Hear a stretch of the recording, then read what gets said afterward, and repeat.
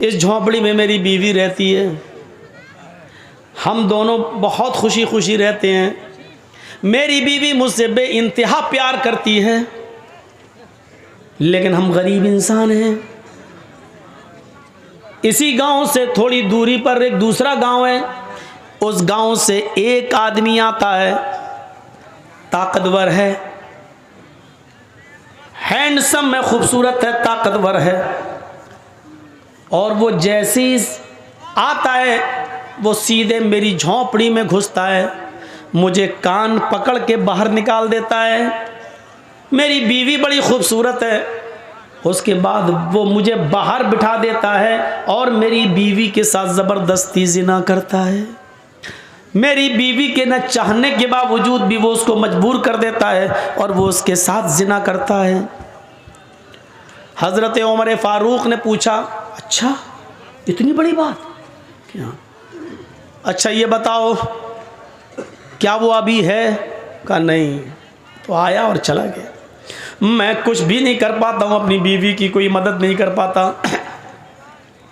अच्छा तो ये बताओ अब वो कब आएगा? हज़रत उमर ने जब ये पूछा कि वो कब आएगा, तो उसने जवाब दिया, एक दिन छोड़ कर आता है। यानी आज वो गलत काम करके गया है, अब वो कल नहीं आएगा, परसों आएगा।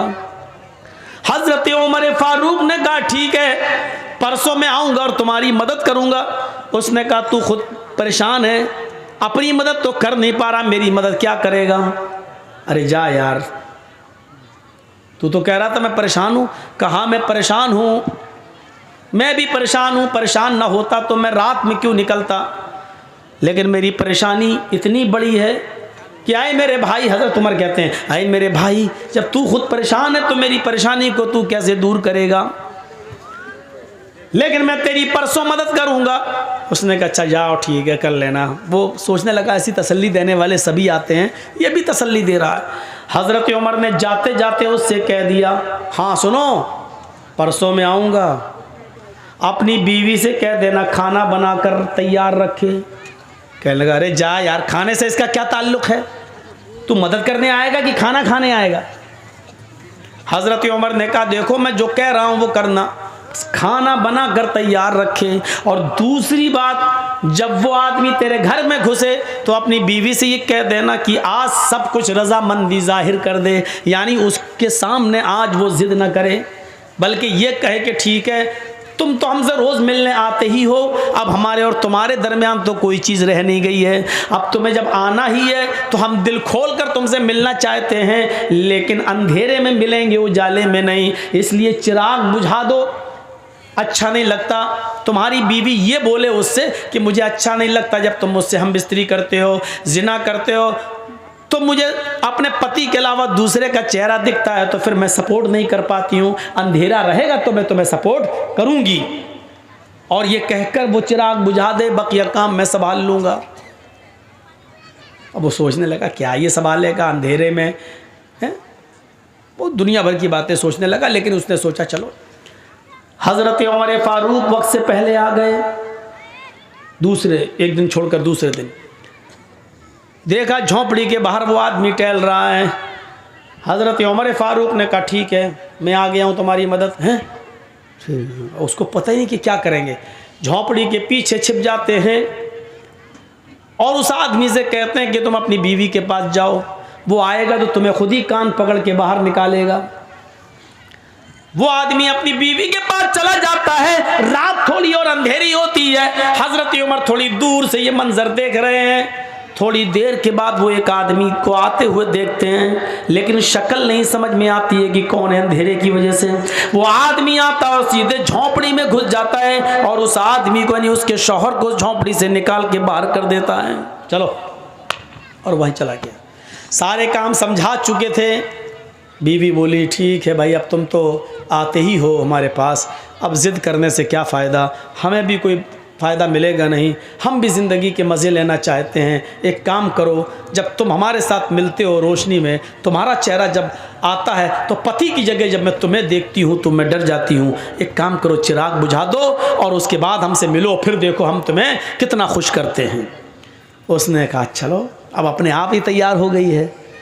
चिराग बुझा दिया जैसे ही चिराग बुझता है, हज़रत उमर फारूक ज़्यादा लेट नहीं होते हैं, क्योंकि अगर लेट होंगे तो कहीं ज़िनाकारी ना हो जाए, उसको भी बचाना है, इसकी बीवी को उस ज़िना से बचाना है।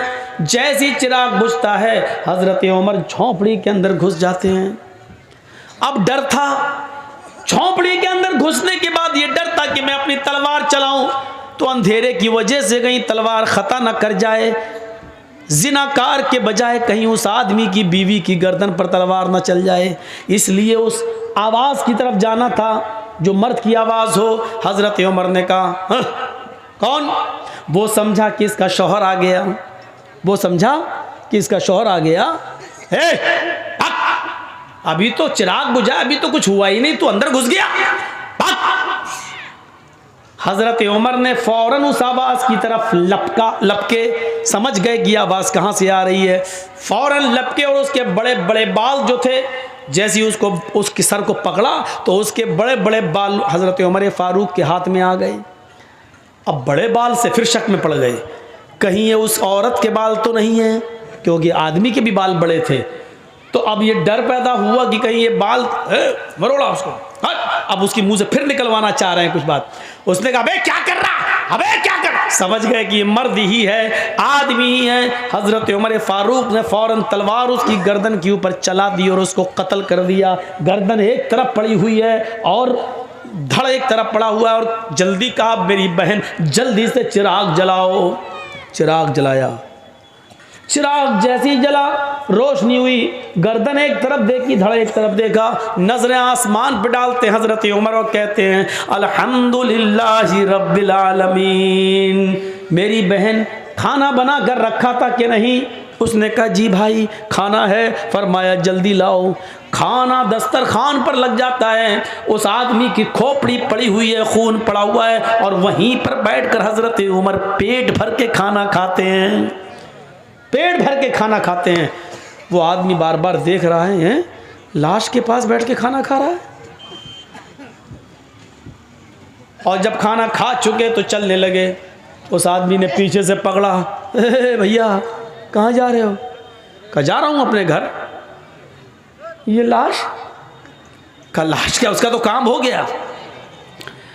कहा, अगर इस मुल्क के अमीरुल मोमिनीन को, उमर फारूक को अगर पता चला और सुबह चर्चा हुआ कि इस घर में लाश निकली, तो कहीं ऐसा न हो कि इसके कत्ल के इल्ज़ाम में मेरी गर्दन उड़वा दें। तुम उमर का इंसाफ नहीं जानते हो।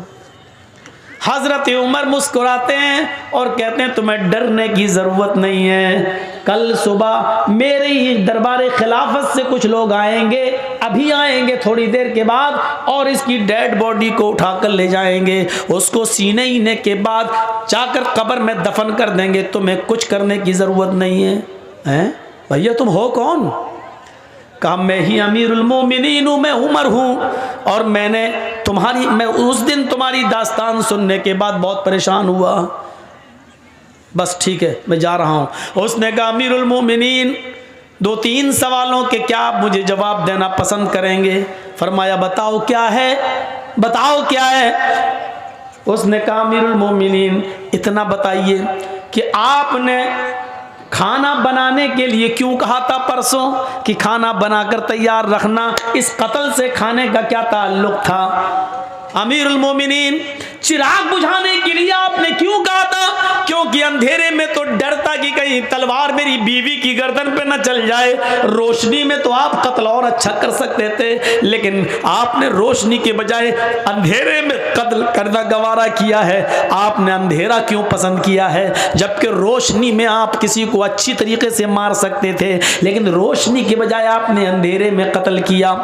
और जब आपने लाश देखी तो किसी के मरने के बाद इन्ना लिल्लाह पढ़ा जाता है, लेकिन मैंने आपकी ज़बान से सुना है कि आपने इन्ना लिल्लाह के बजाय जब लाश देखी तो अल्हम्दुलिल्लाहि रब्बिल आलमीन पढ़ा है। ये उल्टी उल्टी दुआएं आपने कब से सीखी हो, पढ़ी?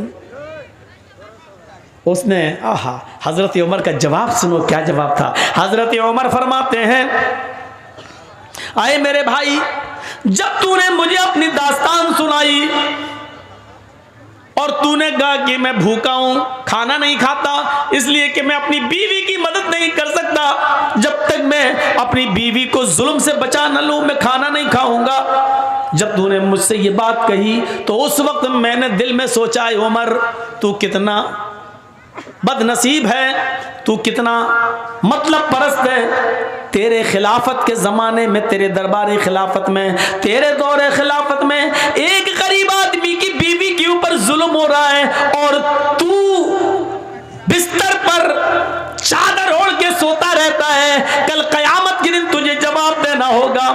आए मेरे गरीब भाई, जब तूने मुझे ये बताया कि एक आदमी आता है और मेरी बीवी से जिना करता है, तो मैंने परसों ही आहद कर लिया था कि उमर उस वक्त तक खाने का एक लुकमा नहीं खाएगा, अपने हलक के नीचे नहीं लाएगा, जब तक कि उस आदमी को कत्ल नहीं कर देगा, और उस आदमी की परेशानी से मैं तुझे नजात नहीं दिला दूंगा, तब तक मैं नहीं खाऊंगा। मैं परसों से अब तक भूखा था, सिर्फ पानी पी रहा था या एक आध खजूर खा लेता था, लेकिन खाने का एक लुकमा भी मैंने नहीं खाया, क्योंकि मैं तेरी मदद करना चाहता था। इसलिए मैंने कहा था कि खाना बना कर रखना। आज इस आदमी के सामने मैंने खाया खाना, इसलिए कि मैं 2 दिन से भूखा था और आज मैंने पेट भर के खाना खाया। अच्छा ठीक है, लेकिन अंधेरे में कत्ल क्यों किया? कहा जब तूने मुझे बताया एक आदमी आता है, हट्टा खट्टा है, हैंडसम है, तंदुरुस्त है, और वो मेरी बीवी से जिना करता है, तो मेरे दिल में ये ख्याल आया, अरे उमर हट्टा खट्टा नौजवान कोई आता और उसकी बीवी से जिना करता है, उसको मालूम है कि उमर की हुकूमत है और उमर बहुत ज़बरदस्त इंसाफ करते हैं, इसके बावजूद उसको डर नहीं, कहीं ऐसा तो नहीं कि वो उमर का बेटा हो या उमर का भतीजा हो या उमर का कोई रिश्तेदार हो। मैंने ये सोचा इतना गंदा काम इतनी बहादुरी के साथ रात के अंधेरे में अगर कोई कर रहा है तो उसका उमर के रिश्तेदारी से कोई ताल्लुक तो नहीं है। इसलिए मैंने कहा चिराग बुझा देना, क्योंकि जब मुझे डर पैदा हुआ कि वो मेरा बेटा भी हो सकता है, मेरा भतीजा भी हो सकता है, मेरा रिश्तेदार भी हो सकता है, मैं छिप गया और मैं अल्लाह से ये दुआ करता था कि अल्लाह इस काम में मेरा बेटा शामिल ना हो, आए अल्लाह इस काम में मेरा भतीजा या मेरा कोई रिश्तेदार शामिल ना हो, क्योंकि आज जो भी होगा उसकी गर्दन उड़ाई जाएगी, आज जो भी होगा उसकी गर्दन कटेगी। आए अल्लाह मुझे शर्म से बचा ले, मेरे और मेरे खानदान का नाम गिरना नहीं चाहिए। मैं परसों से ही दुआ कर रहा था, जब वो आदमी झोंपड़ी के अंदर घुसा उस वक्त तक मुझे लगा कि ये मेरा ही कोई रिश्तेदार है। उसकी चाल, उसकी कद्दो कामत मुझे बतला रही थी, उसका निडर तरीके से बेबाकी के साथ आना और झोंपड़ी में बेखौफ घुस जाना, ये मुझे बतला रहा था कि वो मेरा कोई रिश्तेदार ही है। जब वो अंदर घुसा और तुम्हारी बीवी ने उसको अपनी बातों में लपेटा और चिराग बुझ गया, तो मैं अंदर गया और चिराग बुझाने के लिए मैंने ही परसों कहा था तुमसे, लेकिन चिराग जब बुझ गया मैं अंदर गया, मैंने चिराग बुझाने के लिए इसलिए कहा था कि अगर चिराग चल रहा होता और मैं झोपड़ी के अंदर घुस जाता और मेरी नजर पड़ती उस मुजरिम के ऊपर और पता चलता कि ये तो मेरा बेटा है, मेरा भतीजा है या मेरा कोई रिश्तेदार है, तो हो सकता था कि अपने रिश्तेदार या बेटे या भतीजे को देखकर मेरा गुस्सा ठंडा हो जाता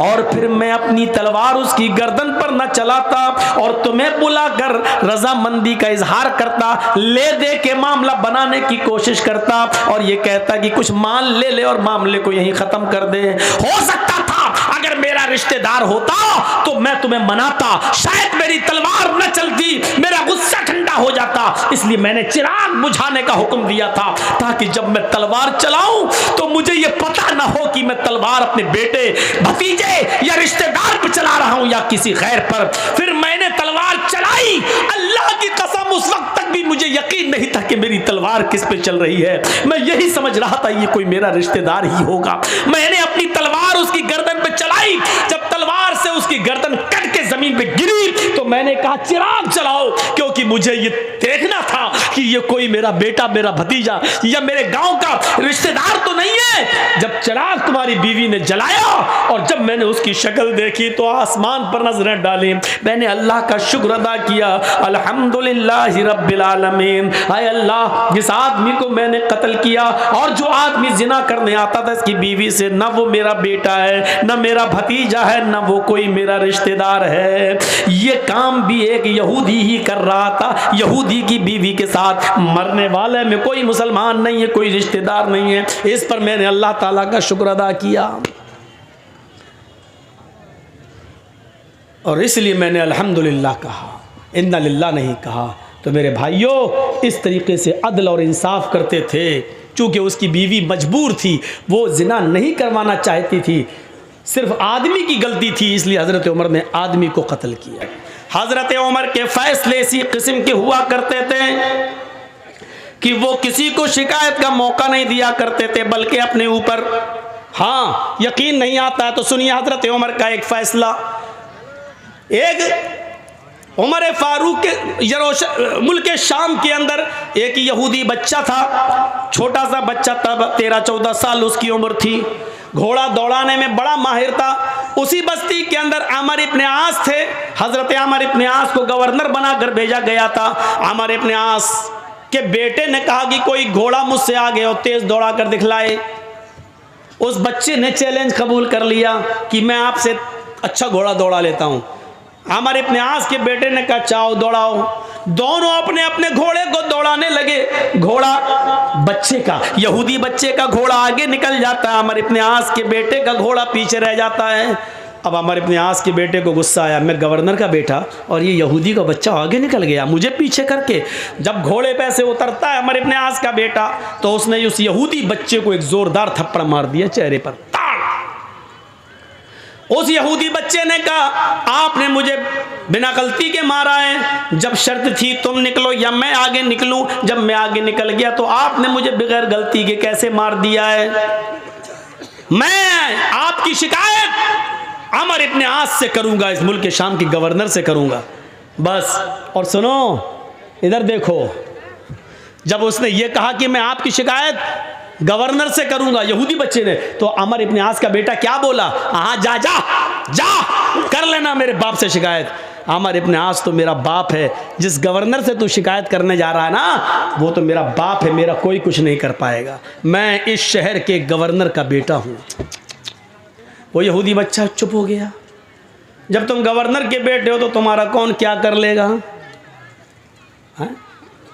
लखीमपुर खीरी में किसानों के ऊपर वो लड़का गाड़ी चला देता, नहीं चलाया। क्यों? क्योंकि मंत्री का बेटा था।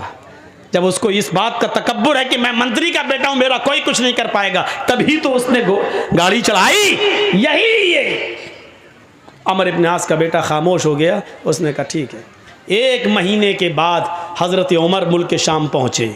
हज़रत उमर देखते थे किस बस्ती में कहाँ क्या हो रहा, वहाँ के लोगों से पूछते थे कि तुम्हारे यहाँ सारे इंतज़ाम सही है, गवर्नर ठीक काम कर रहा कि नहीं कर रहा। हर एक की क्लास ली जाती, जैसे यहाँ ममता दीदी आती हैं तो हर एमएलए की क्लास लेती हैं, हाँ क्या तुम क्या सही कर रहे हो, फला कर रहे हो, तो वो दौरा करती हैं हर क्षेत्र का। ऐसे ही कोई डांटती भी है किसी को, फटकारती भी है किसी को। तो ऐसी हज़रत उमर दौरा करते थे, दौरा शहरों का, और पूछते थे कि आपको जो गवर्नर दिया वो सही काम कर रहा है कि नहीं कर रहा है। जब उस बच्चे को पता चला आज हज़रत उमर आ रहे हैं तो वो भी पहुंच गया। जनता दरबार लगा, लोगों ने अपनी अपनी शिकायतें की, किसी को कोई शिकायत ही नहीं मिली। हज़रत उमर ने फरमाया इसका मतलब आमर इब्न आस तुम्हारे दरमियान बिल्कुल सही काम कर रहे हैं, किसी को कोई शिकायत नहीं है। सब ने कहा नहीं हमें कोई शिकायत नहीं है। पीछे एक बच्चा बैठा था, हाथ जोड़ के खड़ा हो गया, अमीरुल मोमिनीन मुझे शिकायत है। इधर आओ बेटा, इधर आओ। ये नहीं कहा कि सारे लोगों को शिकायत नहीं, तुझे शिकायत है। हमारे यहाँ यही तो होता है ना, सब खामोश, तू ही बोल रहा है, चुप हट। बेटा इधर आओ, इधर आओ। उसको चूमा, उसको बोसा दिया। उस यहूदी बच्चे के माथे पर उन्होंने पेशानी पर बोसा दिया, उसको चूमा और अपनी गोद में बिठा लिया। बेटे डरने की ज़रूरत नहीं है, सच बताओ तुम्हें क्या परेशानी है। कहा अमीरुल मोमिनीन मैं यहूदी हूँ। कहा बेटे मज़हब नहीं पूछ रहा हूँ तुम्हारा क्या है, तुम सिर्फ ये बताओ कि तुम्हें परेशानी क्या है। कहा अमीरुल मोमिनीन अमर इब्न आस का जो शहर के गवर्नर, इनका बेटा मेरे साथ घोड़ा दौड़ा रहा था। कहने लगा कौन आगे निकलता कौन पीछे। हमने घोड़ा दौड़ाना शुरू कर दिया, मेरा घोड़ा आगे निकल गया। इनको गुस्सा आया इनके बेटे को, और इन्होंने आकर मेरे एक चेहरे पर एक जोरदार थप्पड़ मारा। तेरी हिम्मत कैसे पड़ी अपने घोड़े को मुझसे आगे निकालने की। अमीरुल मोमिनीन ने फरमाया, बेटे जब उसने तुम्हारे गाल पे थप्पड़ मारा था तो तुमने ये शिकायत अमर इब्न आस से क्यों नहीं की, गवर्नर से क्यों नहीं की। कहा अमीरुल मोमिनीन मैं गवर्नर से शिकायत करने आ रहा था। इनका बेटा कहने लगा जा जा, गवर्नर मेरा क्या कर लेगा, वो तो मेरा बाप है, मैं तो उसी गवर्नर अमर इब्न आस का बेटा हूँ, तुझे जहाँ जाना हो जा, मेरा कोई कुछ नहीं कर पाएगा, मेरा बाप इस शहर का गवर्नर है। हज़रत उमर फारूक की आंखों में खून उतर आया। कहा बेटे अब तुम उतरो, हमारी गोद से उतरो। हज़रत उमर फारूक ने एक टेढ़ी नज़र अमर इब्न आस की तरफ डाली। हाय अमर, जब अल्लाह ने लोगों को आज़ाद पैदा किया है तो तुम कौन होते हो किसी को ग़ुलाम बनाकर रखने वाले। अमर इब्न आस ने कहा अमीरुल मोमिनीन इसमें मेरी क्या गलती है, न मेरे बेटे ने मुझे कुछ बताया और न इस यहूदी बच्चे ने मुझे कुछ बताया। आज ये फरमान, आज ये बात मैंने सुनी है, अपने बेटे को मैं बुला रहा हूँ। बुलाया, घर से बेटा आया, निकल गया। यहूदी बच्चे के सामने बात हुई और अमर इब्न आस के बेटे ने अपना जुर्म कबूल किया। जी हमने मारा। फरमाया कि अब तुम्हें भी एक थप्पड़ मारा जाएगा। कहा ठीक है मारो। कहा इस यहूदी बच्चे से नहीं। क्यों? उसने पूरी ताकत से मारा, और बच्चा बेचारा कितनी ताकत से मारेगा। फिर भी बच्चे की हाथ की ताकत और इस बड़े लड़के की ताकत में फर्क है, इसलिए मेरा जल्लाद तुम्हारे लड़के को थप्पड़ मारेगा। कहा ठीक है। जल्लाद से कहा एक थप्पड़ जोरदार अमर इब्न आस के बेटे को सबके सामने रसीद करो। उस जल्लाद ने पूरी ताकत से एक थप्पड़ बेटे अमर इब्न आस के बेटे के चेहरे पर थप्पड़ रसीद कर दिया, जोरदार थप्पड़ जड़ दिया। चलो हटो, इंसाफ हो गया। हजरत उमर फारूक ने कहा भी इंसाफ नहीं हुआ। आए अमर इब्न आस अब तुम इधर आओ। हजरत उमर उनके करीब आए। हजरत उमर ने जल्लाद से कहा एक थप्पड़ इस गवर्नर के चेहरे पर भी मारो। लोगों ने कहा अमीरुल मोमिनीन ये क्या जुल्म हो रहा है, जिसने थप्पड़ मारा था उसको सजा मिल गई है। फरमाया नहीं, मैं जो कह रहा हूं वो करो। फिर हजरत उमर फारूक के जल्लाद ने एक थप्पड़ अमर इब्न आस के गाल पर भी रसीद कर दिया है, मार दिया जोर से। अमर इब्न आस की आंखों में आंसू आ गए, क्योंकि भरे मजमे के अंदर उनको जल्लाद ने थप्पड़ मारा है, एक इंसल्ट सी महसूस करते हैं। लेकिन हजरत उमर के हुक्म के आगे क्या कर सकते थे। हजरत उमर फारूक से पूछने लगे अमीरुल मोमिनीन ठीक है आपका फैसला सर आंखों पर, लेकिन इतना बता दीजिए कि मुझे किस जुर्म में थप्पड़ मारा गया है, मेरा कसूर क्या है। आप अगर ये गलती बता देंगे तो मैं आइंदा उस गलती की इस्लाह कर लूँगा, फिर मैं वो गलती बार बार नहीं करूँगा। फरमाया आए अमर इब्न आस, तेरी गलती ये है कि तूने अपने बेटे को सही तालीम नहीं दी, तूने अपने बेटे को सही तरबियत नहीं दी। अगर तूने अपने बेटे को सही तालीम दी होती तो तेरा बेटा ये नहीं कहता मैं गवर्नर का बेटा हूँ, मेरा कोई कुछ नहीं कर पाएगा। तेरे बेटे ने जब ये कहा जा जा जहां जाना हो जा, तेरा मेरा कोई कुछ नहीं कर पाएगा, मैं इस शहर के गवर्नर का बेटा हूं। ये थप्पड़ मारने की जुर्रत तेरे बेटे को इसलिए हुई क्योंकि उसको मालूम था कि मेरा बाप गवर्नर है। अब तेरा बेटा कभी किसी को नाजायज थप्पड़ नहीं मारेगा, क्योंकि उसको मालूम हो गया कि गवर्नर हो या आम आदमी, उमर के रियासत में और उमर की खिलाफत में सब बराबर हैं, कोई ऊंचा नहीं है कोई नीचा नहीं है। अमर इब्न आस, आज के बाद तू कभी अपने बेटे को यह तरबियत नहीं देगा, और जब भी तरबियत देगा तो सही तरबियत देगा। आज के बाद तेरा बेटा कभी किसी को यह सोचकर थप्पड़ नहीं मारेगा कि मैं गवर्नर का बेटा हूं। ये इसलिए सजा तुझे भी मिलनी चाहिए थी। मेरे भाइयों, अदल था, इंसाफ था। और ऐसे ही महात्मा गांधी ने नहीं कहा था, ऐसे ही महात्मा गांधी ने नहीं कहा था कि अगर इस देश में खून खराबा बंद करना चाहते हो, इस देश में खून खराबा रोकना चाहते हो, तो हजरत उमर फारूक के आदल और उमर फारूक के इंसाफ को कायम कर दो। ऐसे ही नहीं कहा था, कुछ तो उन्होंने देखा होगा, उमर फारूक का आदल, उमर फारूक का इंसाफ।